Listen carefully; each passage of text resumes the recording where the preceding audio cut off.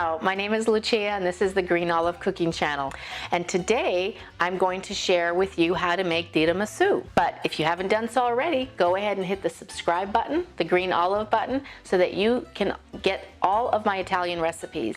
And go ahead and hit the like button if you like tiramisu. Pronto? Allora andiamo a cucinare. The ingredients we're going to be using to make our tiramisu, first is our espresso syrup. We are going to use a half a cup of sugar, about 3/4 of a cup of hot espresso coffee, and 1/8 to 1/4 cup of a liqueur like a brandy, but that is optional.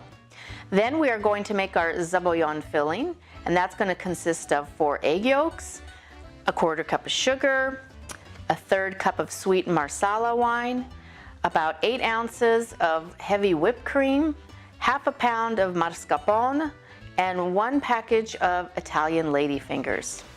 So to start, we need to make our espresso syrup, and I have made some espresso from the stovetop.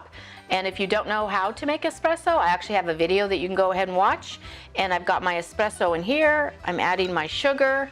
We just want to whisk that up so that all the sugar gets dissolved. And if you want to add alcohol, you can add a rum. Again, that's optional. Mine, I'm going to leave the alcohol out. And we just want to now let this sit and cool, and we will get ready to put our Zabaione filling together. So over a low flame, we want to create a double boiler, which is just a pot with just a little bit of water. We're going to put a bowl on top to create our double boiler. We've got 4 egg yolks in here, and I'm just going to use a hand mixer just to kind of break the egg yolks up. Add a 1/4 cup of sugar and whisk for about a minute or 2 until the eggs are light and fluffy. So now we can see our eggs are light and fluffy, light in color. We are now going to add the Marsala wine, and we're going to continue to whisk until we get a nice ribbon effect, and I'll show you what that looks like. So when you can take your beater and move it back and forth like this to create this ribbon effect, that's exactly what you want. So this took me about 3 to 4 minutes to do this. Because we have to cool this down because we're going to be adding whipped cream, I'm actually just putting it in an ice bath just so that I can cool it down a little bit quicker. And I'm just moving it around because I do want this to be cool. But if you have time, just go ahead and make it ahead of time and just set it aside and let it cool naturally. But this is such a yummy dessert, I'm impatient. So now we're going to take our heavy whipped cream, place it in this larger bowl. And I like to use organic whipped cream because I have tested regular whipped cream and organic whips up in like less than a minute, whereas the non-organic takes a lot longer. So I've got organic heavy whipped cream here, and I'm just gonna whip it up until it's stiff. Okay, so then the next step is we are now going to add the mascarpone to the heavy whipped cream.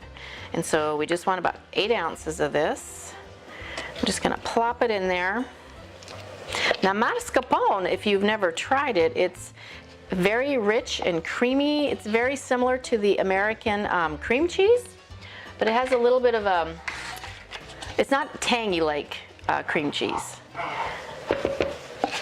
But it does have that mouth feel of fat, but it's really, really good. I use it for toast, for breakfast, or just any way you would use cream cheese, you would use mascarpone the same. So anyway, we've got the mascarpone in here, and I'm just going to whip it up. Okay, and it's all incorporated there. And so now I'm going to take the egg mixture and add it to this. Fold this together. If you hear that crying sound in the background, that is actually my puppy. We just got a new puppy, and our other dog is playing with them, so you can kind of hear them in the background. So this tiramisu is actually the way we make it here in America. Traditionally, in Italy, they don't cook the eggs, the egg yolk. They just whip them up. And they use the egg whites to create the leavening that the whipped cream would be used. So I just don't like to use the raw eggs. And I know some people have issues with that, so I like to make sure mine are cooked, which is why I do it in the double boiler. But anyway, now that this is all incorporated, we can just let this sit, and we can now get ready to assemble our cookies. So now we're going to assemble our tiramisu, and I have an 8x8 glass dish that I'm going to use, and we have our Ladyfingers. When you buy them, they usually come in 2 individually packed packages that make 1 package, and so I just take the cookie and I'm going to use the first layer for the bottom, and you just want to roll them around in the espresso just to give them a quick coat. You don't want them to sit too long in there. Twist them around, and that will give that flavor. And again, like I said, the alcohol in the espresso syrup is optional.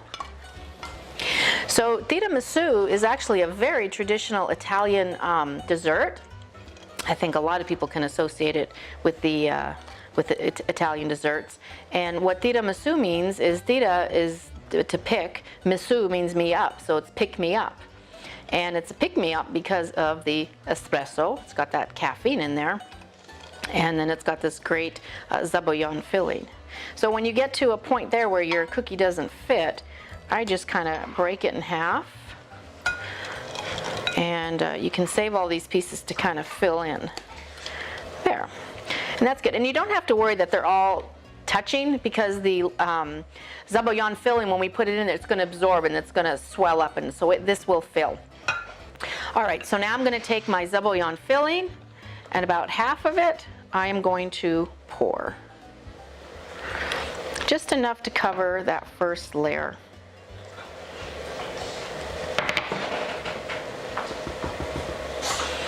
All right. Now I'm getting ready to do my second layer. Okay, so now we have to remember, when we did this layer, we did this layer this way and then this way. So now we want to do opposite, because that will create structure. So when you cut into the cake, it will hold more. So now we're going to go this way and just add our cookies in. That is our second layer, and now we are going to put the rest of our Zabaione filling on top. Okay, so now that we have our tiramisu put together, we need to let it sit. So this is actually a perfect dessert to make ahead of time, like a day before, so you don't have to worry about getting dessert at the last minute. So we want to just cover this with saran, put it in the refrigerator, let it at least sit for an hour so that at least the liquid all absorbs. But if you can let it sit overnight, that's even perfect. And so we're gonna let this sit, and I will show you how to serve it. So now our tiramisu is ready to eat, and so before we eat it, we need to garnish it with some chocolate. And there's a couple things you could do. You could either sprinkle cocoa powder on top, or what I like to do is actually use a good quality chocolate bar and just do some shavings. I find that the chocolate actually lasts longer, whereas the cocoa powder kind of melts. So this is my preference, but you could do either one.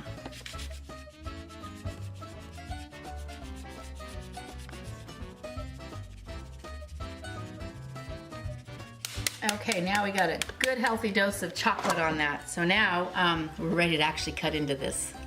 And so you can cut this into however many pieces you want. So I'm just going to cut into it a piece. First piece is always the hardest to get out.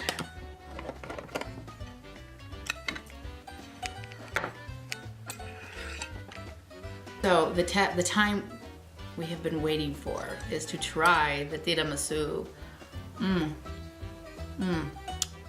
It is so creamy, and those cookies, you can taste that espresso. This is so good. I really hope you guys give this a try, and I would love to hear in the comments below what you think about it. And also, please don't forget to subscribe so that you get all my latest family recipes. And just so you know, I will include all the links and recipes below, or you can visit my website at www.greenolivecook.us for a printable recipe version of this tiramisu. Until next time, ciao, ci vediamo dopo. Oh, and don't worry about cookies being left over, because you can always make a cup of coffee and use these for dipping.